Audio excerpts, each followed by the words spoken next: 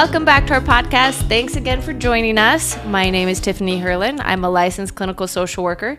Today I'm interviewing from Discovery Ranch South Residential Program, David Mosse, who is a recreation director. Today in this episode, we will be discussing adventure and outdoor recreation and how it can help a student gain deeper insight into their therapeutic journey.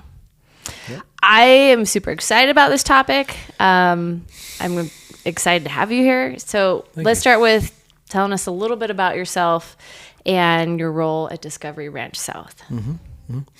So I've been working in the outdoor industry in general since about 2004. Just working at a small outfitter in college, just making some money, getting by. And I had originally started as a journalism major.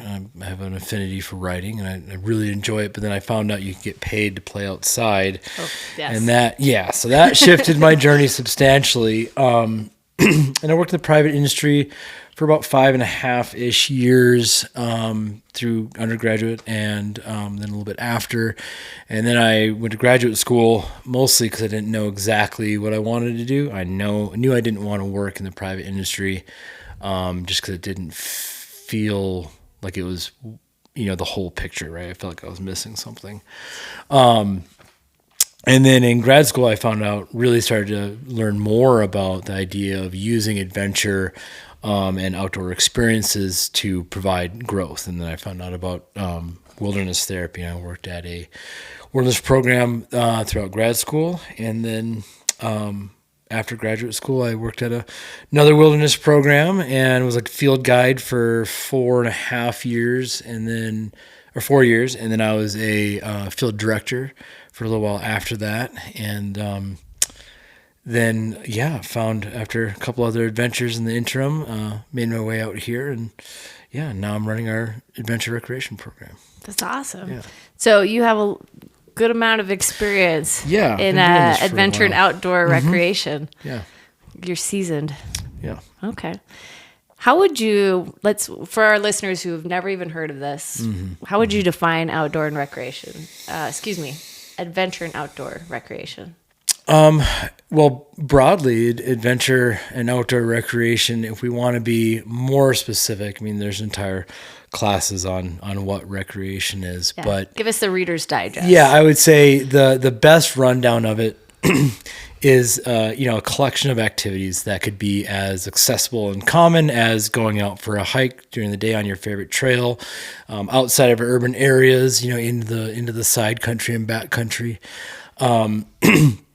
all the way to high adventure, which is what we do a lot of here, being rock climbing, bouldering, canyoneering, backcountry backpacking trips, expeditions, and such. And we also do a lot of skiing, and that's enough. Skiing is definitely a huge part of what I would describe as adventure recreation. I think to differentiate between adventure recreation and recreation. Recreation could be something as simple and common as, renting a paddleboard that could be recreating. Whereas adventure, I think to really call it adventure recreation, you have to be exposing yourself to an accepted level of risk or risk in general, with the chances of something happening that you weren't quite anticipating but are able to manage. And so without the chance of something going sideways, with the chance of something going sideways, I think that's kind of a determining part of what adventure recreation is. Otherwise, I would just say it'd be just outdoor recreation. So I think that's how I would describe the two different parts of that. So this leads me to my next question: What makes adventure and outdoor recreation therapeutic? I think it's exactly the differentiation in definition and in terms. When we expose ourselves to risk, when we are embracing a world and an activity where we can be very competent and we can have skills, or we can have a lot of support, or we can have a guide that can manage a lot of the risk, we are still interacting with the unknown. And when you interact with the unknown, your ability to default to commonly used ways of managing stress and anxiety and emotion can very quickly deteriorate or become less effective. And so when you apply that to a therapeutic setting, we can use climbing as a really good example.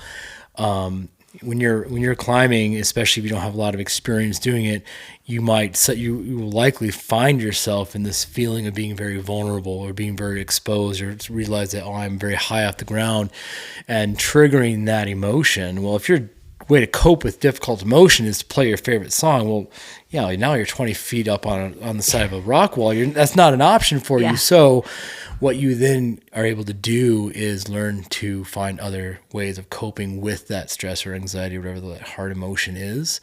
And oftentimes where we start in adventure recreation is simply through grounding, very simple grounding activities, whether it be breathing or connecting to where you are in space.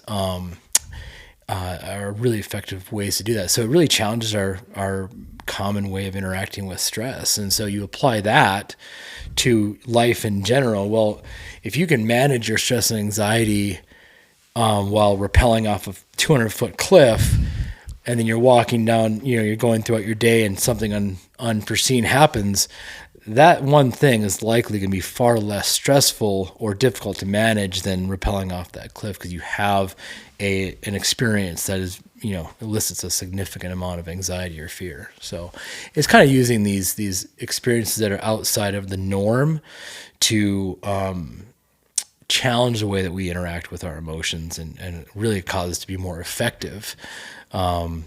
I've done quite a bit of research in the area of how adventure activities improve what we call life effectiveness. Mm-hmm. There was a evaluation tool that was made in, I want to say it's like 2007, 2006, somewhere around there. And the whole scale evaluated what they called life effectiveness, which was basically people's ability to manage stress and anxiety and fear and whatever, which is just called life, right? Honestly. It's just life, right? Yeah, exactly. Yeah. And so what they did is they had this, in the initial study where they used this tool, they had one group of people that, they just weren't given, they were just doing their thing, and they were exposed to the same challenges and stressors. And then they would take this survey and they would get a certain score. And they had people who had been through a 6-week-long adventure course and had gotten some training and had been exposed to these adventure activities.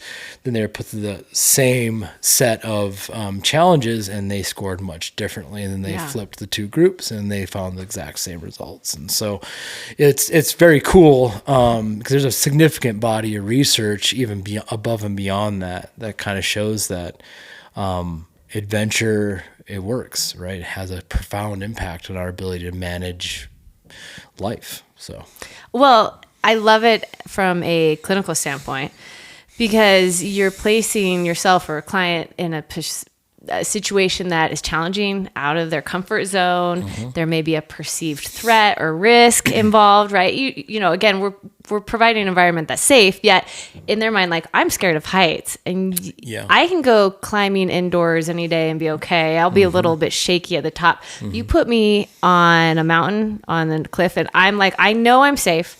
I know I'm in a harness, but I'm still like shaking at the top. And I've had my own therapeutic experiences as a therapist, climbing and hiking. And in fact, I did Angel's Landing in Zion's, and I'm terrified of heights. But the fact that I did it, like, my brain had a party with all the neurotransmitters and neural pathways that were created in my brain after doing something like that, and then processing it of like, I can do hard things. And that's the same for our clients. Absolutely. Yeah. I've talked in a couple of the other episodes that growth doesn't happen in comfort.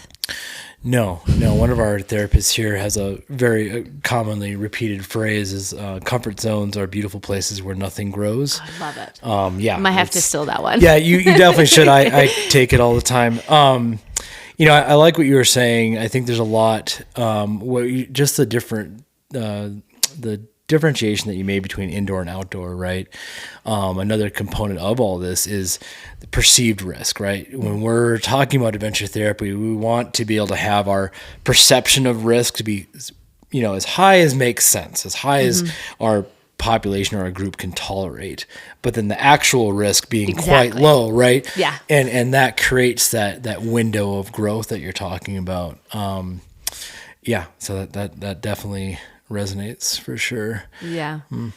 So yeah, from a clinical standpoint, it's incredibly therapeutic. And like you said, there's research behind it. A couple things I wrote down is that, yeah, you have self-efficacy. You've got growth. You get grit that you're allowing them to develop. Confidence, identity development. I mean, there's so much that can come from this from a clinical perspective. For sure. Yeah. One of the things that we talk about a lot, especially in our advanced programming, which is, I guess, just kind of briefly, we have two different parts of our recreation program, and our foundations program is really focused more on developing base communication skills, and kind of interacting with new ways of managing our distress in a more controlled environment, and then having some experiences which could be considered to be peak experiences or experiences where we're having to work through hard emotions in new ways, kind of we already talked about. But then our advanced recreation program is a whole nother animal. Sign me up for that, please. Yeah, so I'm serious. It is, and so in our advanced recreation program, our primary focus, our primary means really is skill development, like developing a really solid set of hard skills, of technical skills. I mean, they're building their own climbing anchors. They're setting up rappels on their own with knowledge that they have. And one of the things that we talk about repeatedly in our advanced rec program is we can do hard things, and we can suffer better than anyone else. And that speaks to this idea of grit, growth, and identity development. It's like, I'm not just smart. I'm not just funny. I'm not just pretty. I'm not just the daughter or child of someone who is X, Y, or Z. Yeah. I am a strong person. I can do hard things. And in that kind of development of this self-concept, they do some really hard stuff. Like one of our trips we did this last year, it was 3 days, 14 and a half miles, not super far, but these kids were hiking with their fully loaded bags, roughly 40-ish pounds. And on the way out, they're gaining 2,100 feet in elevation in a mile. So it goes from, on the way in, they do that over 7 miles, but on the way out, they do that over the course of a mile and change. And so that is something that really is hard. And it's we do that trip intentionally at the start of the year to set this standard and this understanding of, this is probably the hardest thing you're going to do with us all year. And you just did an amazing job of it. So everything else that you interact with, now they have that positive touch point with discomfort. I find that all the time, not even just with the kids that we work with, but with adults, friends of mine, family, where the idea of doing something that is physically unpleasant is unbearable. And that's a skill set that we've lost so much of in our day-to-day lives, because we live very comfortable lives, and that's great. And when we bring that into a therapeutic environment, now that physical discomfort, that emotional distress of like, oh my gosh, I am so tired, I can't believe I have this. Now when they're going into that deeper trauma work or that attachment work, well, they have something to draw from. Like, yes, this is hard, but that was hard too. And I hear that a lot from our advanced rec kids when it's like, yeah, I've learned a lot about what I can push through, even though it's very different. They have that knowledge that, yeah, this is hard in a different way.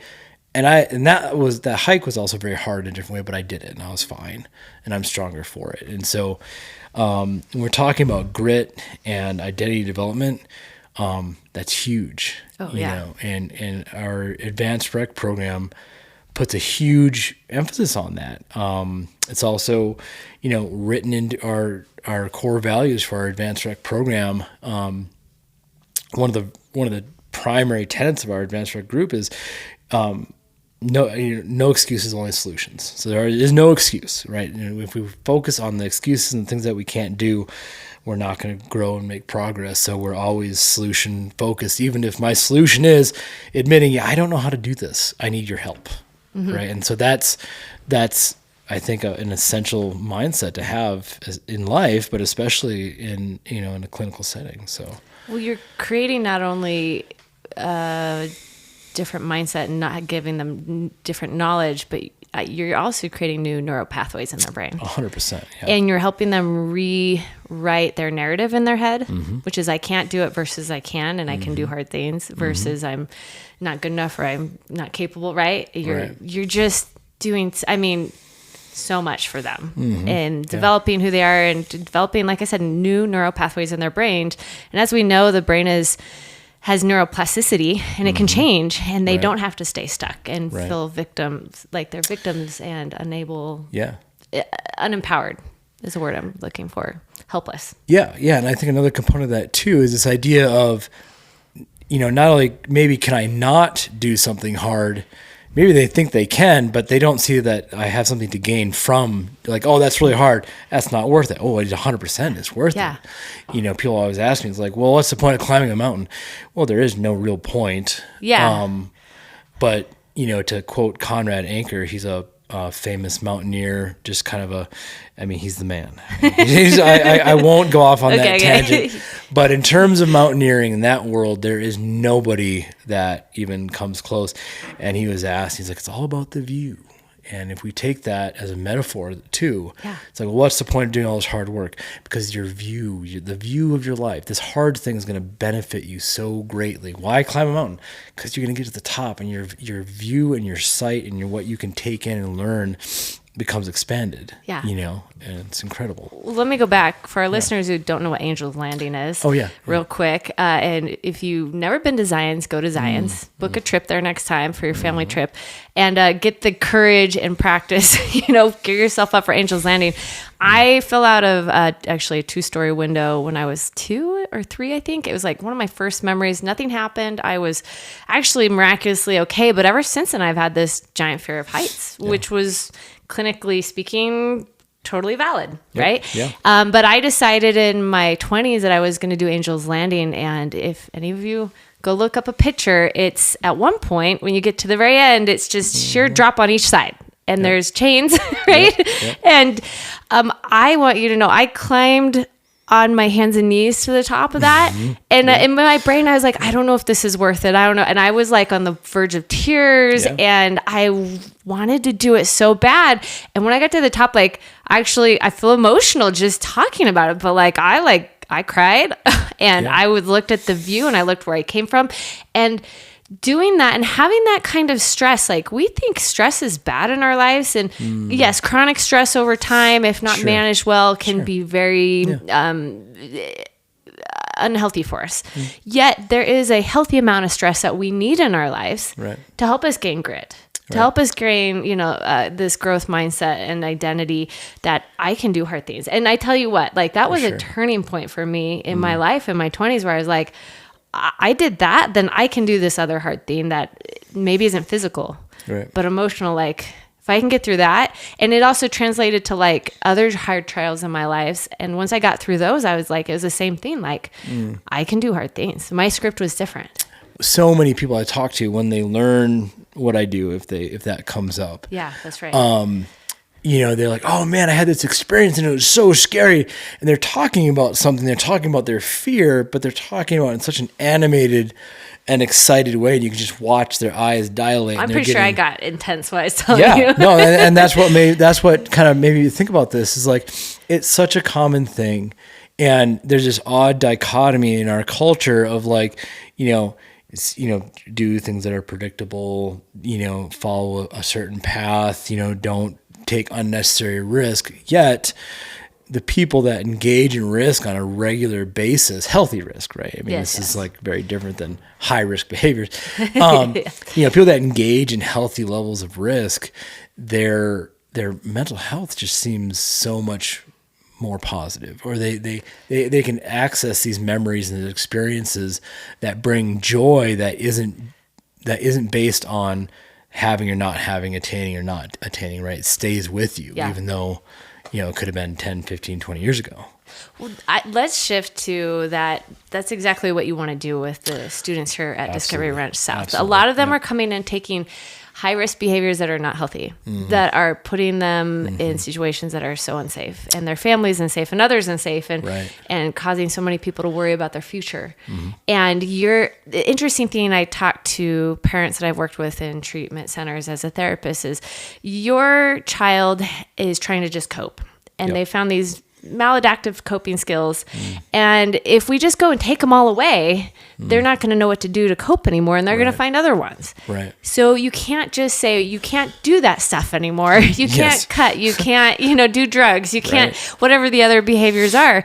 We have to teach them new skills. And it's natural teenage development for their brains to seek out risky behaviors. Right. So to give them something that is healthy, that is a healthy risk, that is a healthy perceived threat, that is a healthy, safe environment to try new things and develop new neural pathways and new scripts in their brains that says, okay, I'm struggling with this really difficult emotion. What's something I can do other than going and doing drugs? Right. Yeah. Or other than feeling suicidal or wanting to cut?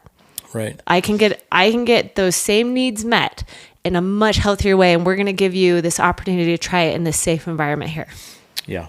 100%, and that's, kind of going again back to our advanced recreation program. So we're developing these hard skills, these actual, like, technically competent skills. But the reason why isn't, it really has nothing to do with DRS. It has nothing to do with our advanced rec program. It has everything to do with life after, right? One thing I tell parents all the time is that, when we get into our advanced program, if your child decides to pick advanced recreation versus advanced performing arts, our focus shifts, right, to life afterwards. And, in my mind, it's almost a formula. Our end goal is to help them find something they're passionate about. Yeah. I'll circle back to that in a second. And I think that the surest way to find that passion is you start with knowledge. Give them a heap of knowledge. Give them all the information they need about climbing, about backpacking, about skiing, canyoneering, whatever it might be. With knowledge comes appreciation, right, and gratitude. In and of itself, those emotions are very positive and very beneficial, right? Like a good example, I know a lot about quilting, by the way. My mother, right? My mother, I bet you didn't think, you did not know we were going to talk about quilting today. Expecting so that. My mother-in-law has imparted to me a load of knowledge about quilting. Okay. I really don't have any interest in quilting, but I look at a quilt, it's like, why is that $1,200? Well, let me tell you, because I appreciate the knowledge, right? I appreciate the skill and the commitment that it took, right? But I don't have that. I don't have a passion for quilting. Well, if you take knowledge and then you can gain some appreciation and then help them really connect to it, now you have passion, right? When I'm talking about passion, I'm talking about that thing that even the thought of it has a physiological response. You can feel your body waking up, right? If I close my eyes and think about skiing, which I won't because I'll get way off topic, I can feel it in my chest. I can feel it in my hands. I can feel my legs burning. I can feel the snow giving way. I can hear it. It just comes right back to me. That is passion. That is our duty to impart a passion onto our students before they leave. Because if you have something that you're passionate about, and you have the skills and the knowledge and the ability to continue to pursue it, which we also give them. Well, after treatment, right, and they have this natural tendency to seek risk and to seek that adrenaline rush and that big dopamine hit from those experiences. Well, now they have this and they're passionate about it. Let's just say it's climbing. Well, to climb, you need some friends. And they have to climb too. So now you have your friend group is being built out and surrounded around this passion, this very healthy passion that fills this need that you have. And now you have a passion-centered life. And that, to maintain that, you have to eat well. You have to sleep well. You have to be doing well in school. You have to have relationships. You have to be true to who you are. And you are doing that repeatedly by engaging in that passion. So now when we live a passion-centered life, our lives are so fulfilling because it's not a thing. It's a need, right? I need to be outdoors. That fulfills me in a way that nothing else does, right? And so really, when we're talking about advanced rec, when you're talking, and you were talking about this, like, almost this like need to engage in this thing to feel alive or to feel that adrenaline or, whatever it might be, we're replacing that with something that is so holistically healthy and like edifying to their entire being. And so we really are focusing on this passion, right? And that if we had to end right now, that would be where I'd want to stop, because that's why. That's why. Yeah, and that's why you do this. Right. And if we can't do that, then we need to move on. But I think we do that quite well, And when you're installing that passion-led life, you're installing goals and healthy goals and connection and healing. I mean, just so much, clinically speaking. It doesn't matter, I think, what someone's passionate about, but it could be performing arts, it could be horses, it could be, singing, dancing. It could be a number of things. Outdoor, recreation. It could be. I personally have gained a love for hiking the last couple of years when I was going through a challenging time in my life, and it's just whenever I'm having a hard time, I'm like, get me to the mountains, get me on a hike. And there's, I don't have the research in front of me, but I know there's research out there about how things like that, getting outside in nature, can be just so grounding and calming to our nervous systems. Yeah. I mean, ultimately, whatever the passion may be, our goal is to help install that into the clients we work with, and helping them find that. And really, I think the other thing I wanted to say, is that as a therapist, like, my biggest goal is to help teach people how to recognize when they're triggered and to regulate their nervous system. And finding these passions is what helps. 100%. Yeah. 100%. Yeah, because it's distinct. There's a distinct difference between being triggered by, a really scary event, and being confronted with some sort of like fear stimulus that might trigger that same thing. But when it's connected, when it's in a place of peace, and an objective indifference, I think that's where we can really heal. I think, nature is indifferent to our existence. It doesn't know we're there. It doesn't necessarily even mind that we're there. It is about as judgment-free and quiet as possible. One thing that we always talk about, I'm sure you're familiar with this, is when someone's struggling, the best thing you can do oftentimes is just to be with them, be in that space. Oh, yeah. Right? Hold space for them, be a witness. Don't talk. You don't need to let your anxiety run wild. Just be with them, right? And I think you don't have to fix it. No, yeah, and because we all know we can't, right? Yeah. That's their journey, and that's what I love about the outdoors, about the wild places that we have left. It is the surefire, consistent companion that is always there with you and is always quiet and ready to listen and to be. And I think that indifference and that objective interaction that we have with nature is one of those things that's really hard to put words to, but what draws us in, right? Like, like you're saying, when you're going through something hard, you're having a rough day, get me out to the mountains. Well, why? Because if it's just the exercise, go run around a track, right? But it's not just, right? There is something unspoken and difficult and maybe even unknown about being in these wild places that allows us to be with ourselves in silence, but not feel alone, right? And just like have that place of growth and healing, where we can get out and we can look at this world around us that's so much bigger than we are. Right? Yeah. A mountain is 1,000,000 times larger than we are, and it's there for you, and you can be there with it, and that's something that doesn't happen.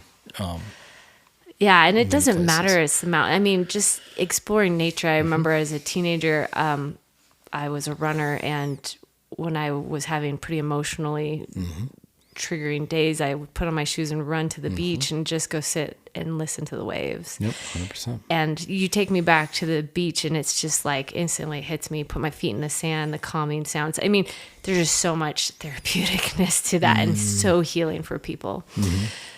I think we've touched on so many amazing things of why adventure and outdoor rec therapy, what are the goals? I mean, you've touched on so many. I think it'd be best to end with, for our listeners, Share some stories, some success stories you've seen in this field. Yeah, that's a big question.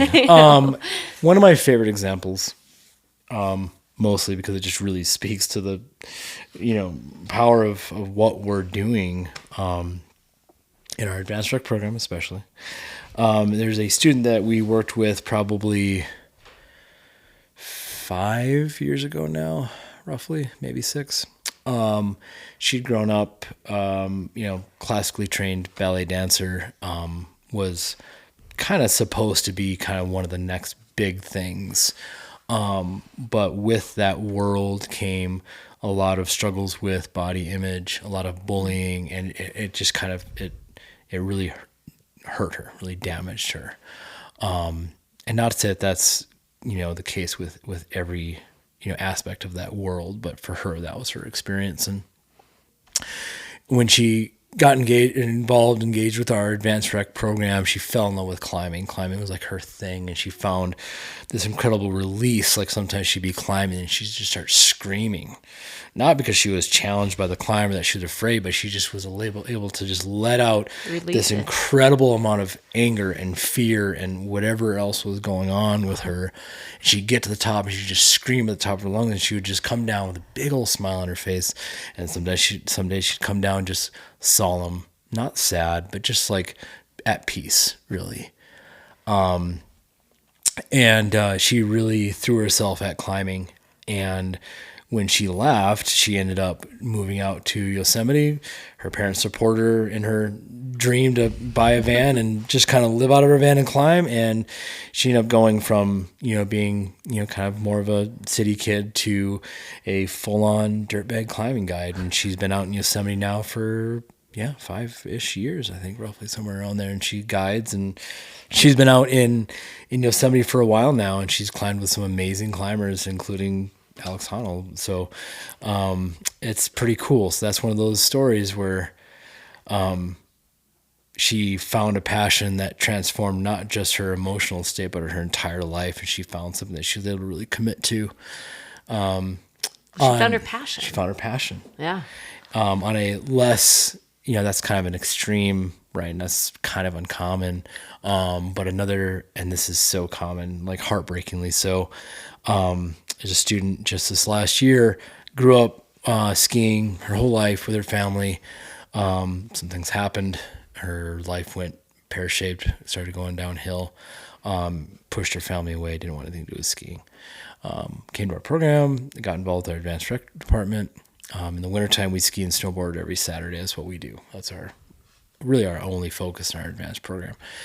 And she kind of rediscovered her passion. And what she also figured out was before, it wasn't skiing that was her passion. It was her family that was her passion. Mm-hmm. She rediscovered that she actually really loved skiing, and that was something that she needed in her life. And that helped her bridge the gap that had formed between her and her parents.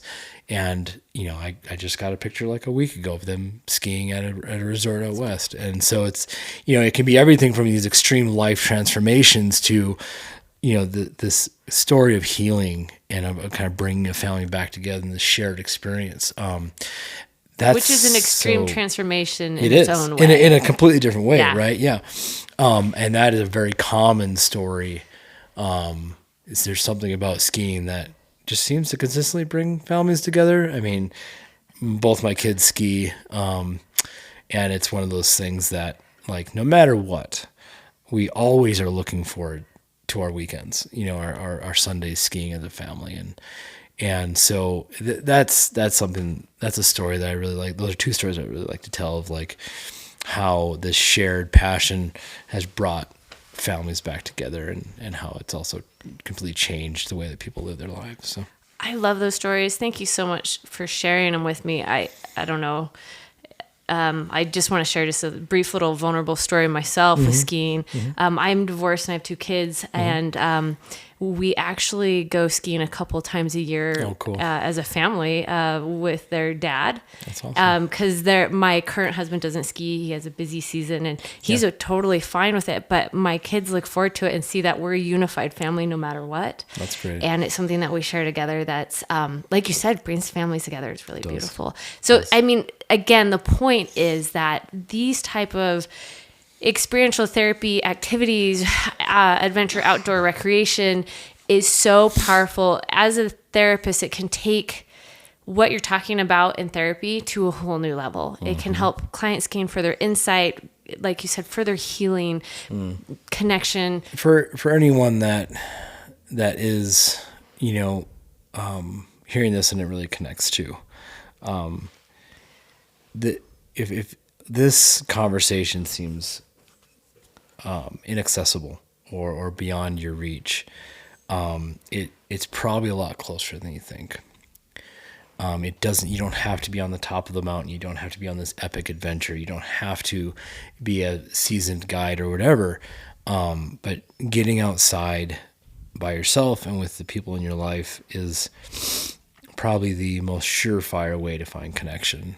And coming into it with no expectation, so that you can really experience kind of the wonderful indifference of the outdoors. It's there. And so, yeah. David, thank you so much for coming on this episode and sharing with us your passion. I can definitely tell you're passionate about this topic. Yeah. It makes me excited just to get outside and outdoors and do more things like this. I didn't always grow up with a family that was very outdoorsy, but as I've gotten older, I've learned the value and enjoyed taking some of these risks and putting myself out there that's uncomfortable and challenging myself. And I can say that it's been so beneficial in my own life. So like you said to our listeners, it's closer than you think. So there's ways to find it in your life if you're missing it. And for our listeners, most likely you're looking for avenues to help your teenager or someone you care about who is not benefiting from talk therapy and they need more in their lives. Yeah. They need that next step. This may be an avenue for them. So thank you so much. Absolutely.